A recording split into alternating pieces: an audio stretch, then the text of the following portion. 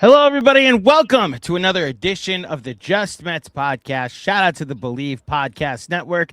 My name is Andrew Claudio. His name is Rich MacLeod. I've been stuck in Long Island traffic for the last hour. The New York Mets still stink. We are here to recap the last week of Mets baseball. So the title of this episode, as Rich so adequately titled it, was "The Mets Are Treading Water."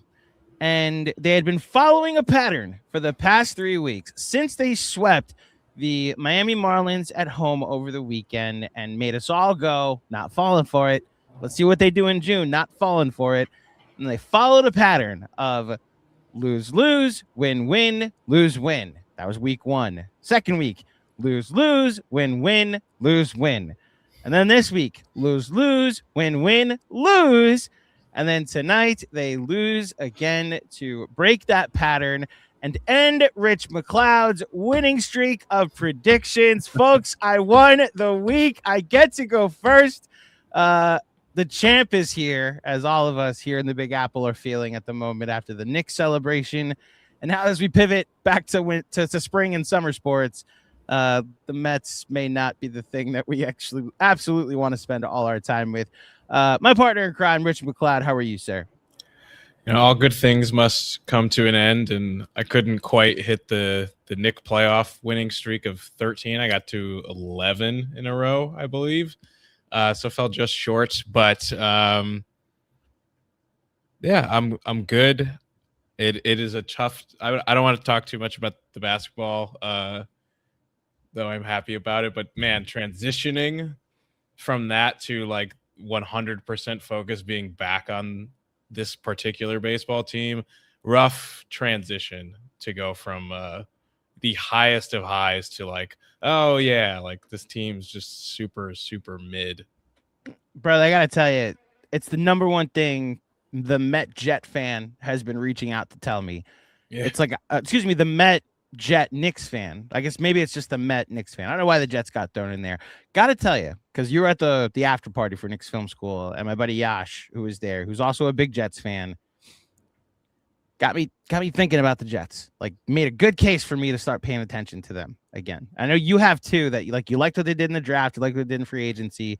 It's the quarterback position, but like, you want to talk about right direction? Yeah, like okay, yeah. Maybe are you mother bleepers gonna get me back into them too, or am I gonna be staring at 0-5? Yeah. I'll just say this: it's been tough to transition back to this baseball team.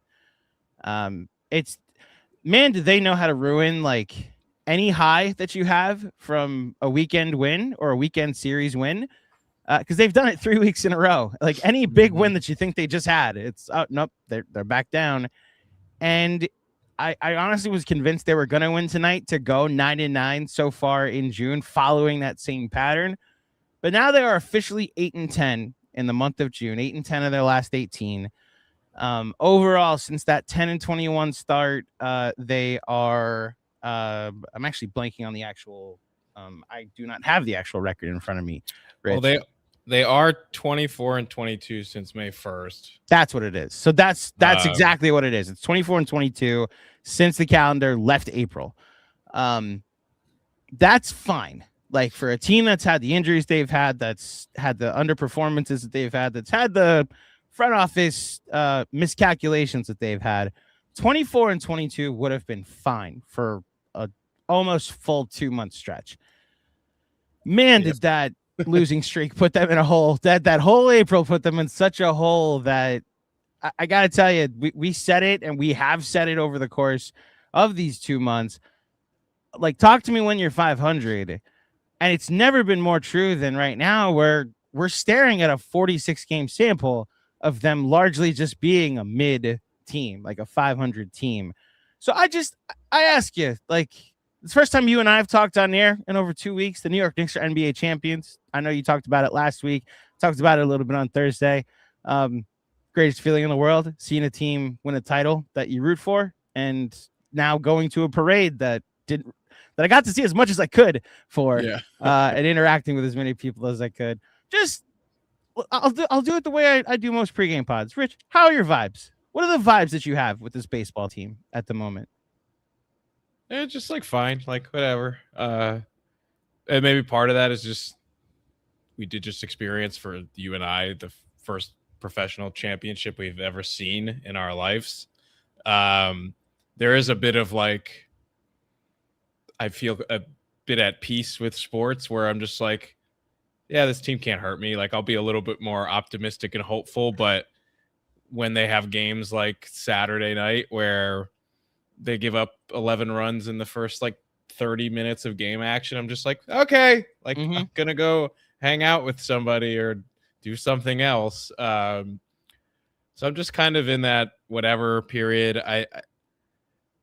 It is unfortunate that they were so just like unforgivably bad in April, because you otherwise could kind of rock with what they're doing, where you're like, hey, this team isn't any good, but they're not horrific. They're kind of just hanging around there, like they're treading water, they're running in place, whatever metaphor you want to use.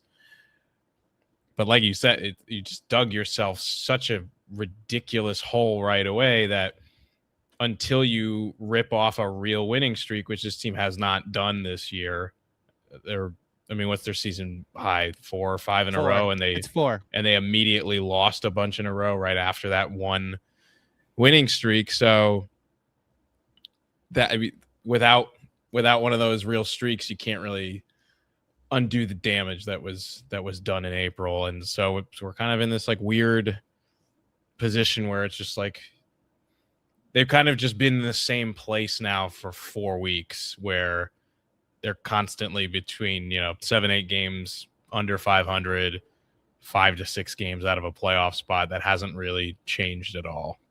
Yeah, the long winning streak that's going to have to counteract the long losing streak that they went on. I doubt they're going to win 12 games in a row. I would love to just clip this, please. If they just 7, but I'm saying they lost 12 in a row. So sure. Is there the winning streak that suddenly negates most of that? Or I'll take a 13-1 stretch or 15 of 17. The stretches that they've gone into. You mentioned it. They won 6 out of 7, which included that Subway Series, right? They won 6 out of 7. Then they lost 5 in a row and fell back to 11 games under 500. Then they won 4 games in a row and swept the Marlins. And it was like, all right, I'll see what you got here in June. And here we are. It's these last 18 games where, every time that something sustainable seems like it could build into some kind of winning streak, they went 16-12 in May. And now they're 8-10 in June. So even just like the small stretches where it's just, let's be good over a long stretch of time. You were 4 games over those 18 games, 28 games. Now you're 2 games under during these 18. So, I mean, you said it. My feelings, my vibes are, unless a winning streak happens, I'm kind of just coasting. I've reached the point of acceptance. I've reached the point of apathy. There are several trade candidates that I would go to. I mean, the first base position continues to be very funny because they don't have a first baseman on the roster. They just flatly don't have a dependable first baseman on the roster. And I just came from spending Father's Day with Pastor Claudio, and you and I have pivoted to talking about Christian Arroyo and not Christian Arroyo, Christian Walker, and who's the one in Boston? Wilson Contreras, right? Like, we've pivoted to other options they could have pursued at first base. And what's my dad like? Pete Alonso's got 18 home runs, 52 RBIs. And I'm just like, yeah, he would have been a great option at first base. Anybody else would have been a great option at first base. I actually met somebody at the after party that works for the Orioles. I won't say his name because I want to dox him.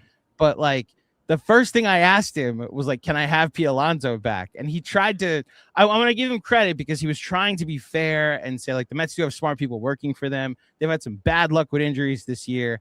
And I just said to him, do you realize what I've had to watch at first base this season? Mark Vientos was the worst player in baseball for the majority of the time that he played. Jared Young and Brett Beatty and Jorge Polanco are not Pete Alonso. Like, that's been the thing, the first base position. And it's funny, as he was trying to sell me on some of the moves, I went, so tell me, did you think that when the Orioles signed Pete to the contract, were you, as an analytics person, Were you like upset that they signed this like one true outcome, like aging first baseman? He's like, no, I was pumped. We got Pete Alonso. It's like, now how do you think I felt losing that guy for after watching his whole career? But that's like besides the point. I've actually reached a point, Rich, where my acceptance, like I have my bone to pick with Stearns, whatever. My acceptance is so much about like okay, I've found my joy in watching Carson Bench and AJ Ewing. I have learned to live with this is just the season that Bo Bichette's gonna have. He's gonna probably be about a 275 hitter at the end of the season. The power he's gonna like 18. Maybe we'll hit 12 home runs right at the end of the year. And it's just gonna be a down year, but he's signed for 3 years, so he's probably gonna opt in, or he'll opt out and actually give the Mets a bit of a get out of jail free card if the market allows him to do so. And maybe like you found out about Brett Brady, you found out about Mark Vientos, and you know you had some injuries with Holmes and Scott and my goodness, Francisco Lindor, who might be back this week. And then you have the 2 other moves that were supposed to help you with Luis Robert and Polanco. The reports about Polanco just are okay. He can walk. I think like that's where we're at. The guy that you got to sign, the guy that never misses games in Alonso. We hope he can walk is where we're at.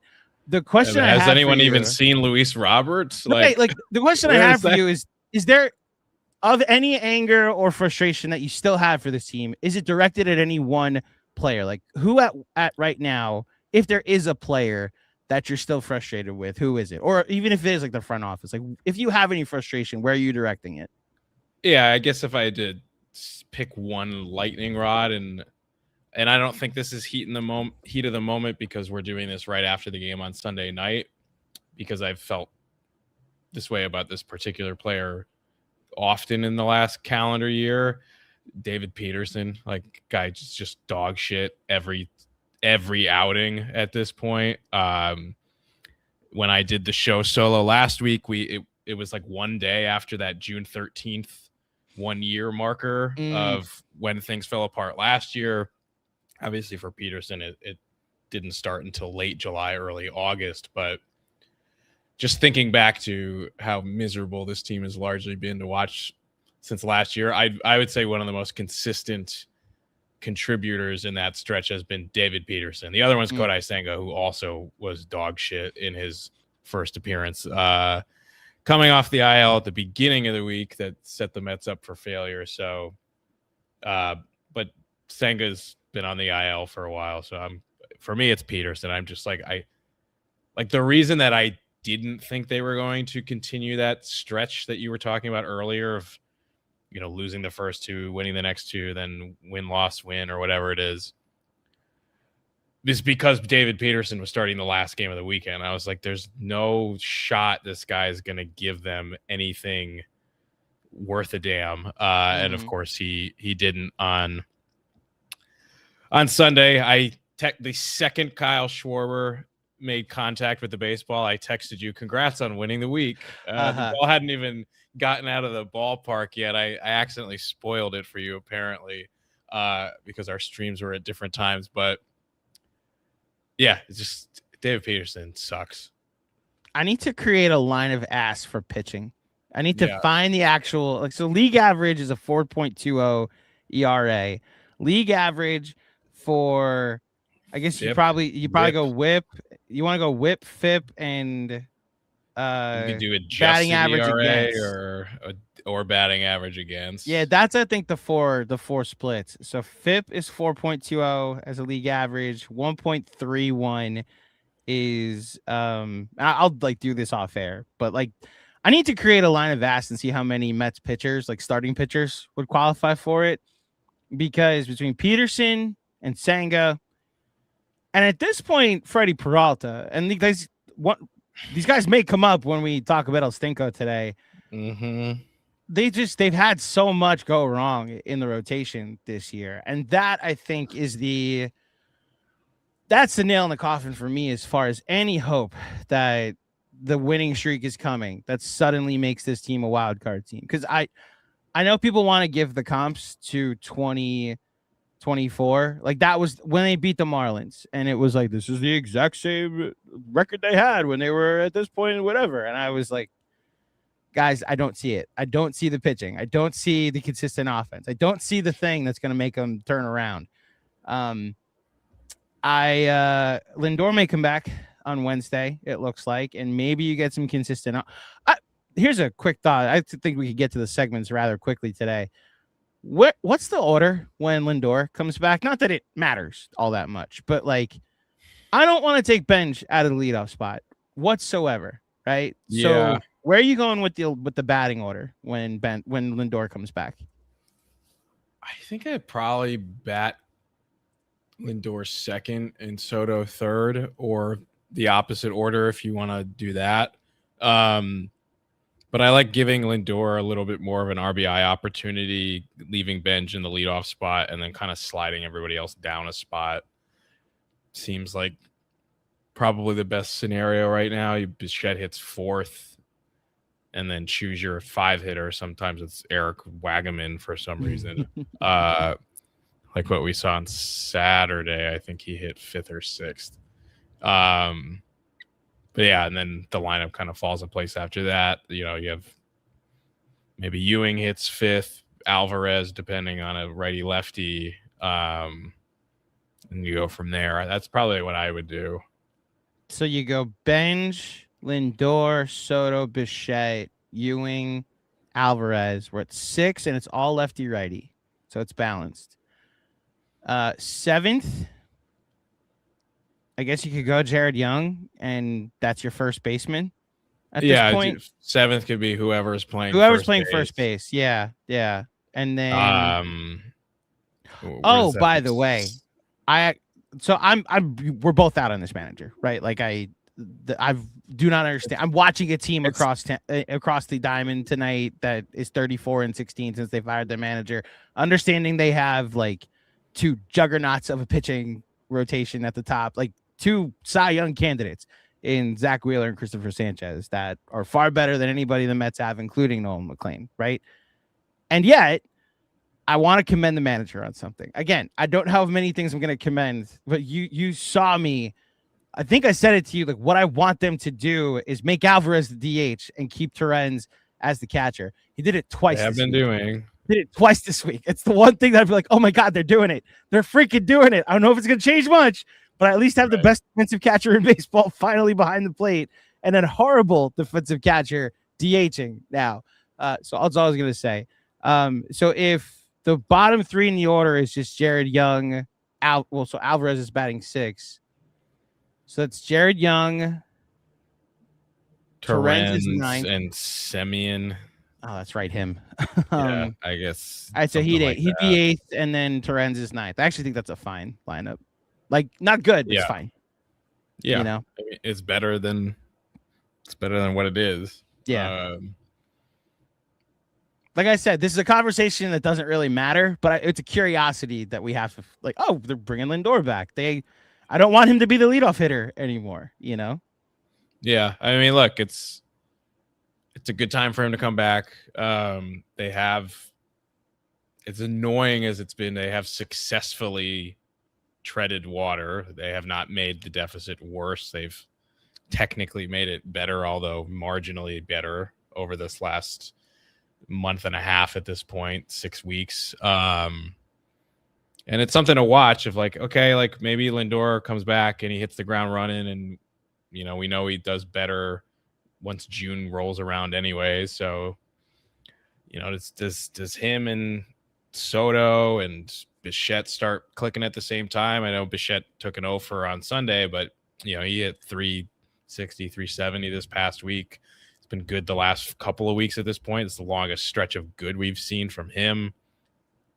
Does Francisco Alvarez remember how to hit home runs at some point? Like there's some stuff that could happen with the return of Lindor, which just gives you if you're looking for something to like latch on to, that this team definitely won't be sellers in 5 weeks from now. Lindor coming back is that hope. Yeah. Let's get to some comments that you start. I see one that's very funny. Before we get to our segments, first comment that we're gonna talk about tonight, or we're reacting. Thank you everybody for tuning in. By the way, I know it's a late start. Again, blame the Long Island traffic. Where are you going first, Rich?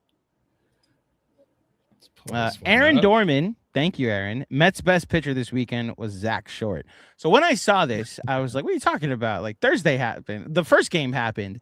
And then I was like, oh, yeah, that was Thursday. I completely forgot they took a day off for the World Cup. And yeah, my goodness, how they're adjusting. The world is adjusting its schedule for the World Cup, which makes sense. It's the World Cup. But my whole life, like, again, coming from the NBA world, the NBA draft is Tuesday. Growing up, the NBA draft was one night and it was Thursday. It is Tuesday, Wednesday because there's a game on. There's a World Cup game on Thursday. Adding on to that, Rich, the final for the World Cup is the weekend of Fanatics Fest. So I am not looking forward to travel. It's at MetLife too, so I'm not looking forward to traveling anywhere that weekend, and I'm gonna have to be at the Javits Center for 4 days. Yeah, Zach Short. You said it. The game on Saturday night was such a quick, like, okay, I'll go do something else. Oh yeah. That, like, man, it wasn't even like the Harper home run in the first inning caused me to start thinking that. And then the top of the second, when they get the rally going and they get 2-1, and then there's the wild pitch, and it's like, all right, Terenz, little poke to right field, and you're up 2-1, and you might have a game. And he hits a rope that what's it say? Bryson Stott makes a nice play on. And from then on, it was like, oh no, the route is on. Like, this is gonna be a game that's not close for the majority of it, and you can go do something else if you'd like to. So shout out to Zach Short. Yesterday was one of my closest friends' birthdays, so I took a walk down. He lives like he owns a bar like 2 miles away from me, so I decided to walk. The game was 0-0 when I left my apartment, and it was 11-0 when I walked into his bar. And it was not that long of a walk. It was like a 35-minute walk. So I was just like, oh my God, what the hell? What the hell just happened? Yeah, that was that. So that's what the Schwarber home run was for me. I know you texted me what you did. I was driving from Outback to my parents' place when during that stretch, like during that inning.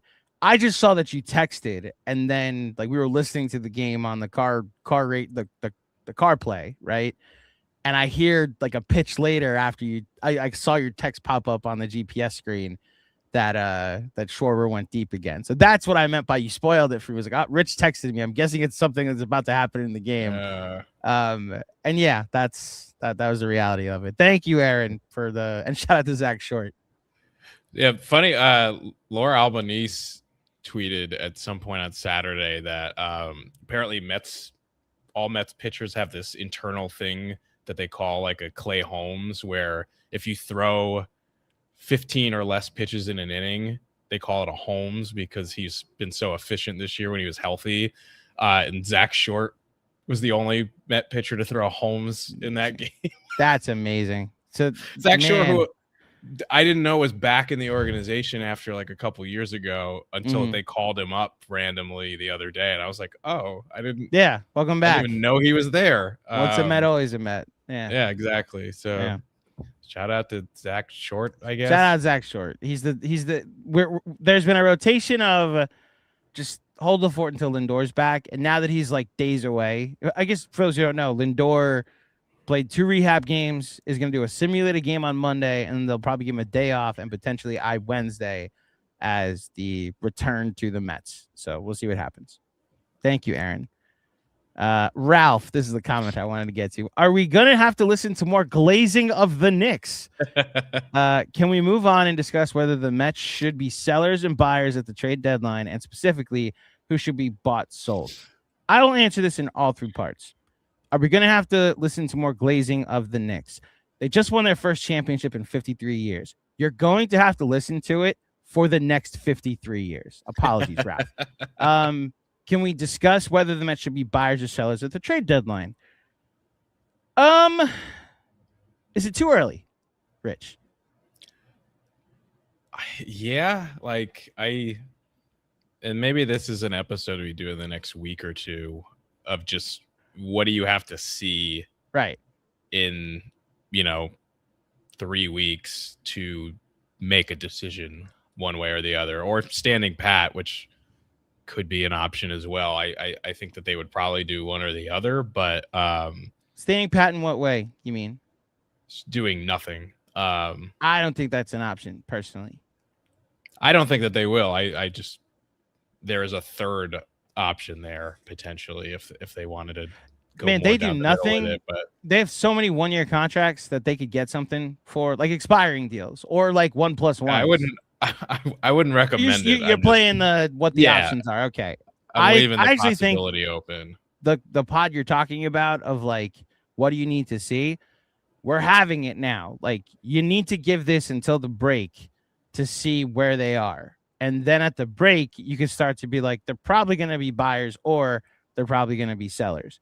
And then at the break, they come out of the All-Star break and play nothing. Like, it's the Yankees, the Dodgers, the Brewers to start the All-Star break. They have a horrendous stretch. And we went through their schedule 2 weeks ago. They're currently in the midst of a stretch where they're playing over 500 teams. They're playing playoff teams. The last 6 games before the All-Star break are 2 last place teams.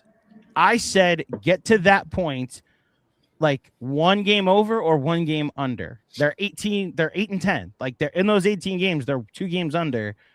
You get to that point that last week where hopefully a 5-1 or a 4-2 week at least gives you a chance to look at the post All-Star break schedule and say, we survived that gauntlet. It's a pretty easy strength to schedule. They will then be able to assess where they are and say, yeah, we're going to go for it. We're going to make a trade. Or, hey, not our year. Let's see what we can get for XXX, which is why, to answer your third question, I think it's too early to have that conversation of who should be sold or bought, because it's the middle. Well, I guess not the middle of June, but it's still at a point in June and a point in this wild card race. The Mets, like we said it, they're a winning streak away. Neither of us think that winning streak is coming, but they are a winning streak away. And look, we saw it in 2023. They waited, and then finally the week of the trade deadline decided, you know what? It's not coming. Let's see what we can get and try to bolster this farm system. I'd imagine they're making the same assessments now. Yeah. I did promise Ralph, though, that Just Knicks is retired until next year. I would assume, Ralph, if you're still watching, let us know if you're like a Nets fan or something and you just like didn't want to hear about the Knicks this whole run. Which, if that's true, can we take that? No, I'm kidding. I'm not going to do it. I'm not going to do it. Thank you, Ralph, for the comments, and Knicks in 5. Pentrice, why the heck do none of our trades ever work out, even when the player is good? Last year, it was Rodgers and Helsley. Helsley's having an awful year, by the way. It has an awful blown save for the Orioles against the Dodgers this week. And Mullins, who was supposed to be a decent outfielder, an okay bat, better than Tyrone. I remember the Mullins trade. I was talking about with my new buddy that works for the Orioles about the Mullins trade because they got the right-hander that throws smoke, and I was like, yeah, Mullins is below the line of Vass. I explained the line of Vass, and that Mullins even this year is below the line of Vass. And I said last year I wanted Bader. I was in the organization a year earlier and productive. I just wanted Harrison Bader. Rich, why the heck do none of the Mets trades ever work out? I don't know, because God hates us. So that would have been my old answer pre Knicks winning a championship. I don't know. It's just like a luck of the draw thing. It's we've had a lot of very good trades as well. Like Yoenis Cespedes is one of the best. Is probably the best mid-season rental trade of all time. Yeah. You're taking my answer, by the way. Like you're right, Pentrice. This is not lately. It's been rough, and yeah, recently Simeon's been rough. The trades, Freddie Peralta, that this has been rough. There's an organization that traded for Keith Hernandez and Gary Carter and won a title. This is an organization that traded for Mike Piazza and went to a World Series, and he's wearing a Mets cap in Cooperstown. Like, they traded for Carlos Delgado and went to won a division and had a couple of successful seasons with him. Like, You mentioned Cespedes. Like, this is a team that damn it, I knew I was gonna forget one. Johan Santana. Like, Al Leiter was a trade. Mike Hampton was a trade. They actually do have a long history. I think what we're all reacting to is they haven't really had a big one recently. And when I say recently, I mean like a mid-season. Oh, I was gonna say a mid-season trade, because Lindor was a trade that was an off-season trade, and he's probably gonna wear a Mets hat into Cooper's. No, what am I saying? He's gonna wear a Mets hat into Cooperstown, eventually. So, yeah, I think we're just reacting to mid-season stuff. I think the Stearns trades have also left something to be desired, because I don't know the trade that he's made that's actually helped the team, you know? So I think that's where we're at right now. Yeah, I'm trying to think of them, but all of his moves have been like, oh, Sean Manaea turned into an ace during the regular season in 2024. Jose Iglesias was a minor league invite and hit 337 for a season, you know? Yeah. Like, I'll say this, the Simeon trade remains like something to be desired, but it opened up an outfield spot for Carson Bench. So if that was the only calculation he made, I can't wait till I stop watching Marcus Simeon play baseball for my team, even though he's been better over the last couple weeks. But it also allows me to watch Carson Bench. So I see the process there. Jeff McNeil has been awful this year for Sacramento, like awful. So it's not like that was doing anything. Second baseman of the future is not in the organization, in my opinion. Like, the actual productive second baseman when this team is good again is not in the organization. So something to be desired. I agree. Adam Smith, I know it's a small part of the problem, but did you hear Stearns' comments in his last presser on ABS challenges? Players are finally comfortable enough with it to challenge in the first. Question mark, exclamation point. Rich, I always wanted robot umpires. It's been the thing I've screamed about for years. I cannot wait for the accountability to come to our umpires. All it's done is made me hate baseball players. All ABS has done is taken all my frustration with umpires being bad at their job and made me upset with baseball players for being bad at their job. The Mets are so bad at this. And it's to the point where every time Gary, Keith, and Ron get upset with a first inning challenge that they lose or a second inning challenge that they lose, it's just fueling me even more so to be like, yeah, why are you challenging that? I used to say, like, these guys are smart enough. They know the strike zone.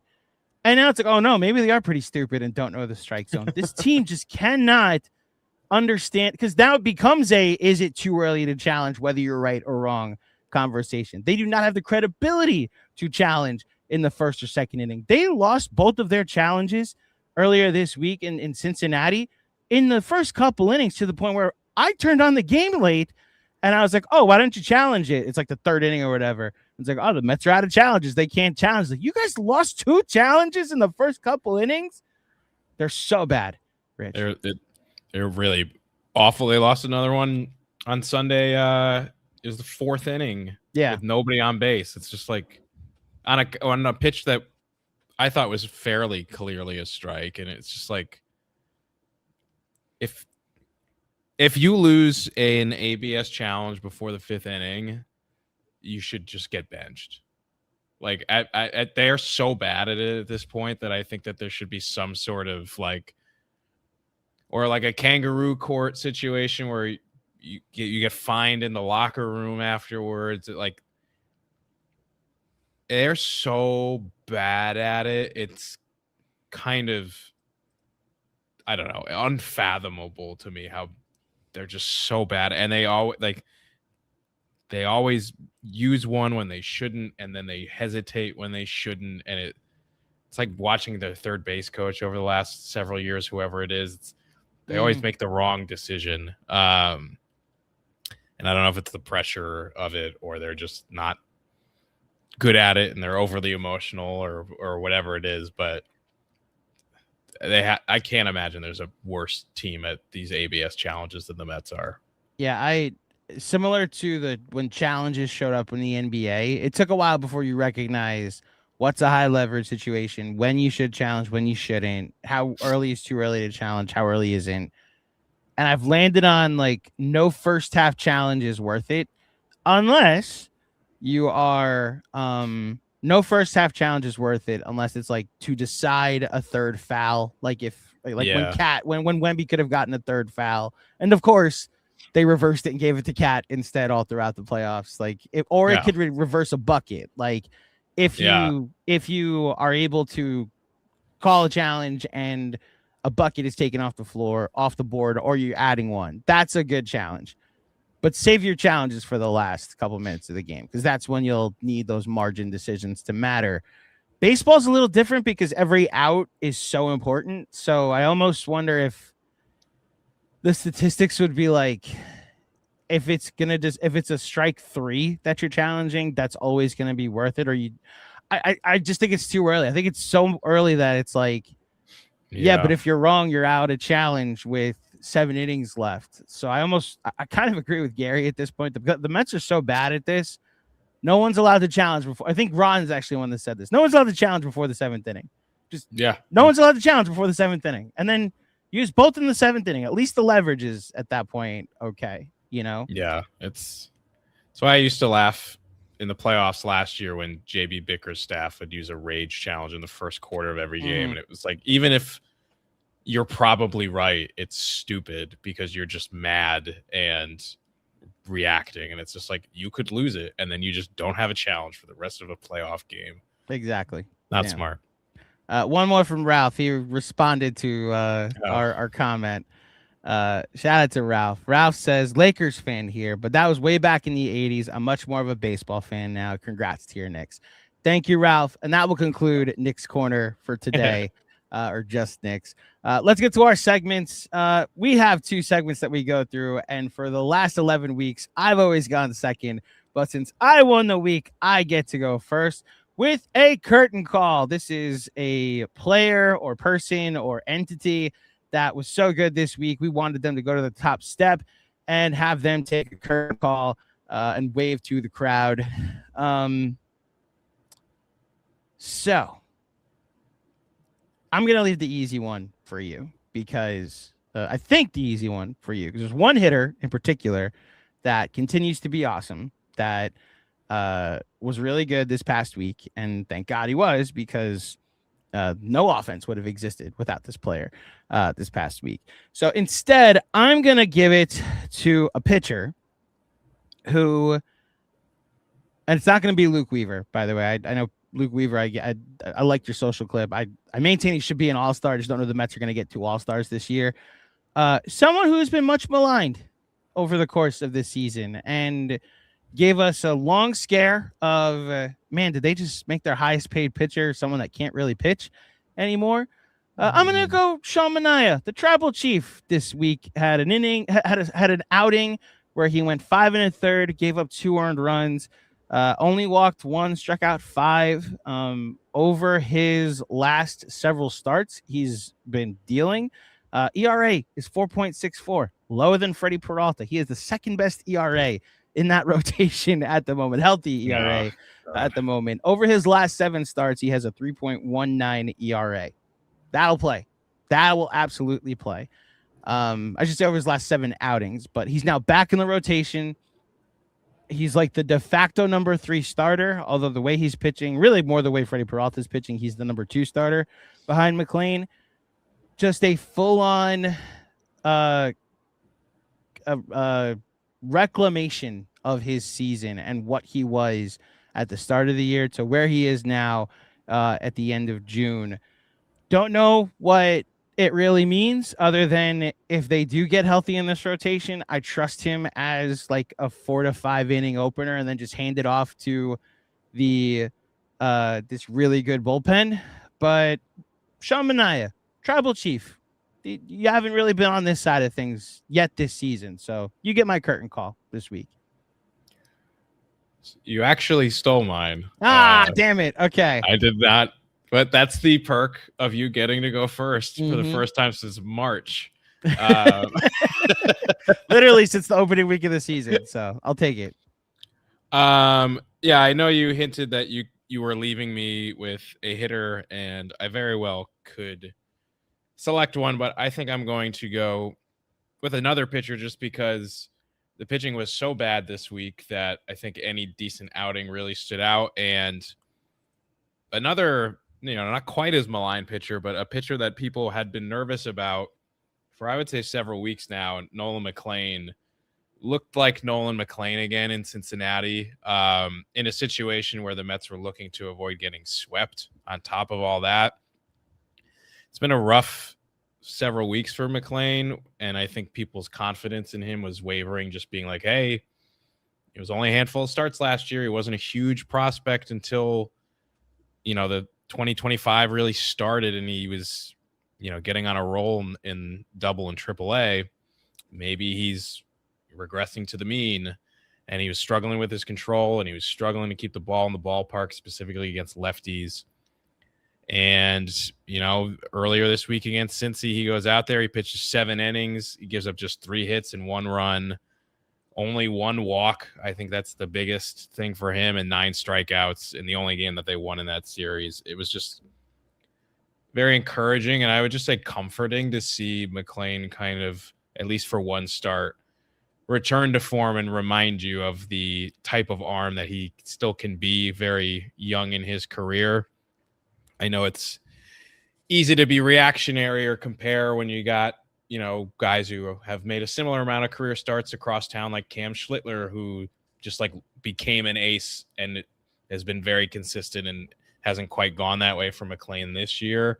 So to see him, just really deal the way he did for me was comforting. And if he does that again, then, that's, again, if you're looking for things to latch hope onto, McLean hasn't been McLean for most of this year. If he can look a little bit more like he did last year, that kind of changes the calculus a little bit for this team. Nolan McLean currently 4th in Rookie of the Year odds, according to most sports betting markets. It's JJ Weatherholt, and we talked about this, really more of a bench conversation, but Weatherholt in St. Louis, we got to get a good look at him last week. He's the current favorite, but not a heavy favorite at -110. Sal Stewart at +270. We got to look at him this week. Both New York teams did, as the Reds played 3 against the Mets and then came to Yankee Stadium. Put a hurting on the Yankees a couple times this weekend. Sal Stewart, I think, had 5 or 6 RBIs on Saturday. Well, there you go. And then Bryce Eldridge those are the only 3 players ahead of Nolan McLean. Nolan McLean, Carson Bench, both 4th and 5th in those odds. So we'll see and you mentioned Cam Schlittler, currently the favorite in the American League to win the AL Cy Young this season. Okay. Time to talk about El Stinko. Player, person, entity. It was so bad this week that Keith Hernandez made a noise while during the broadcast and just looked up and said, El Stinko. Rich, you get to go first. A lot of candidates this week, and a lot that we've touched on a little bit. I already kind of railed on David Peterson. He probably is the one who deserves it, but I'm going to pick somebody else since I've already kind of let Peterson have it. And I'm going to give it to Freddie Peralta, who is a guy that, talking about trades from the comment that we read earlier, I wouldn't say disastrous, because Brandon Sproat and Jet Williams are both not having good years, either for Milwaukee or in their system. But just in terms of what the Mets expected out of this guy, and the fact that this is a guy that they were trying to reach a long-term extension with before the season started, thank God that they didn't. He's been a disappointment. And I said a couple weeks ago on one of our pods that he had been I think I called him a massive disappointment. At that time, it was probably a little bit hyperbolic of me to say that. He goes out on Saturday. He basically has a triple double, is what I saw people on Twitter say, because he gave up 10 hits, 10 runs, all 10 of them were earned. He, 5-inning Freddie, 5-frame Freddie only went 2 2/3, and got absolutely shellacked. He has to be better. He has a 4.83 ERA this season. Yeah, Manaez is better. Manaez is lower than his. It's not good enough. I didn't think he had been good enough even before when he, was largely replicating his career averages. I still expected more. Maybe that's on me. But now at this point, after a start like that, he has to be better. Like, it's unacceptable to the point where, not only is he costing them games, costing them opportunities to get back into this thing in any meaningful way, he's also screwing them over because if they want to try to trade him in a month, he's making it harder to do that because he's not pitching very well. So overall, like, I loved the trade when they made it. I was very excited about it, but he is underwhelmed, I think, more often than not. Honestly, look at how opening day started. He immediately gives up a home run. You should have felt it right away of like, oh, maybe this guy's not quite as good as we think that he is. And that's kind of been the story for Peralta's season for me. Even when he's been good, it's just like never quite what I think it's going to be. And when it's bad, it's been really bad. Yeah, I maintain that it's an us thing if your expectations are unmet. I adjusted. I think we both in that conversation when we had it adjusted to the 5-frame Freddy thing being this is him. Like this is Right. what he was last year. Because he had a better team around him, so it probably made him look a little bit better. He gave up 10 runs and faced 19 batters on Saturday night. That's just like really hard to do where you're barely in the game and still gave up 10 runs.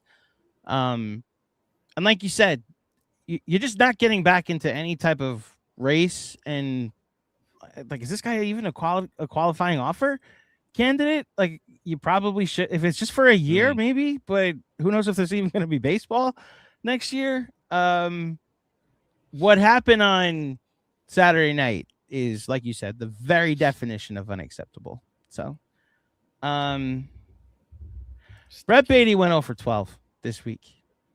Did not have a hit. The defense that we all thought was like that good made 2 awful plays today. I know what some of the metrics say about like he's much more comfortable when he's playing third base. I maintain that I don't think it was good process. Now, some of it, this was just the Kyle Tucker went to a different team. Starting to look like a good thing that he went to a couple teams if you look at his numbers in LA this year. But because he went to a different team, the Mets then pivoted to Bo Bichette, and as a result, Brett Baty had to find a new position. So he's playing out of position for most of the season, and if Lindor doesn't get hurt, who knows if he ever gets to play third base all that often. I'm done. I'm very done. I think as disappointing as Vientos has been, Brett Baty, if Mark Vientos didn't exist, would be the conversation about this on this team. It would be a conversation about Brett Baty. The only difference is I actually think Brett Baty has a chance to be better someplace else. Like, I actually do think if he goes someplace else, might be able to find some life elsewhere. Whereas with Vientos, it's so funny that they've recreated Dom Smith and JD Davis just in a different a worse version. Era. Right, but like I think Brett Baty could be Dom Smith, just like a guy that because of his defense keeps getting jobs. And JD Davis, if he doesn't hit, is just not going to be in the majors in a couple of years. That's Vientos. That's Brett Baty, right? Yeah, Brett Baty gets my El Stinko. And with Lindor back, I don't know how much he's going to play. He's like, last year I actually got upset when he didn't play against lefties because I didn't think he was that bad. This year, I don't blame them at all. Like, at all. I don't blame them for any Wagenman pinch hits for Baty when that happens. I don't blame them for starting Zach Short so that way Brett Baty's not playing. He's been awful this year. And this was a guy that many a Mets fan and many a Mets expert was saying there's a 5-WAR season in him. I guess if you're adding 3 seasons together, you might get to 5. But he's awful. Maybe. He's just awful. So, yeah, Brett Baty gets my El Stinko. 7th lowest OPS in baseball, Brett Baty. Jeez. Where is he on the line of ass? Lower than Chandler Simpson on the Rays. On the line of ass, he is below it, and he's 16th in B-WAR. So, the list has 26 players, and he's 16th in B-WAR. So there you go. Last on that list is a Philly, Adolis Garcia. Nice. 20th on that list is Marcus Semien, by the way, just to remind everybody how bad he is. Cedric Mullins is around there as well. Cedric Mullins is By the way, 19th. You know who's the worst OPS right now in baseball? I had no idea. Steven Kwan has the worst OPS in baseball. What happened there? So it's funny. Wow. There's some guys that are good at defense below the line that are like Dansby Swanson, Nolan Arenado. Nolan Arenado just made it to that list this week because he's going through a slump, but his defense always keeps him above it. But like Jarren Duran, remember we had all those trade conversations about Jarren Duran. I think the price, fine, Brett Beatty for Duran right now. Like I'll take it right now. Give me a year to see if he can be. Although where are we gonna put him? We don't need him anymore. Yeah, now you don't need him. Yeah, unless you're making Soto the full-time DH, which watching Kyle Schwarber this weekend, I remain anticipating when that actually happens. Right. To be fair, Kyle Schwarber is what, like 10 years older than Soto is, but like became a full-time DH 6 years ago when he was 30. Did. So again, Soto's 27. Let him play the field. Whatever. Yeah, a couple more years. Steven Kwan's on this list. Crazy. And crazy. To the point we made earlier, Simeon's 20th in B WAR. Cedric Mullins is 19th, number 18. Jeff McNeil. Like it has been awful this year. Okay. Predictions for the upcoming week. The New York Mets do not have a day off this week. They travel from Philly right to the Big Apple. They will play 7 games at home. Weather's supposed to be on and off. I actually don't know if they're going to play on Monday night, so we may be looking at a doubleheader, which would be very funny if we do predictions and still end up with a 6-game week. I get to go first. They play the Chicago Cubs for the first 4 games this week, I believe. Yeah. And then they play these same Phillies at Citi Field next weekend. Next weekend, the weather holds, I will be going to my first Met game of the year on Saturday. Oh, is there an event, or are you just going to the Mets game? My 21-year-old, recently 21-year-old cousin is coming to visit me this weekend, and the Met game will be one of the things that we get up to. There you go. So that's a 4:10 start next Saturday, and then a 1:40 start on Sunday. Where do I want to go? So the Chicago Cubs, I mean, they went through a losing streak of their own. Remember when the Mets had their losing streak and the Cubs like swept them and won 10 straight? The Cubs this season are 40-37. They had a stretch where they won 10 games in a row. Then there was another stretch where they lost 10 games in a row. And they've just kind of settled. Like PCA is now hitting again. I'm continuing to have to eat literal Crow Armstrong on that. And then it's the Phillies again. I'll say 3-4. I don't believe this team has a. They could absolutely go 4-3. They've been better at home lately. I'll say 3-4, which opens you up if you want to be optimistic, Rich. Yeah, I don't really believe it so much, but I'm gonna live in the spirit of optimism after this last week in New York and last couple of weeks. I will say 4-3. 4-3. There you go. 4-3 would put them at 11-13.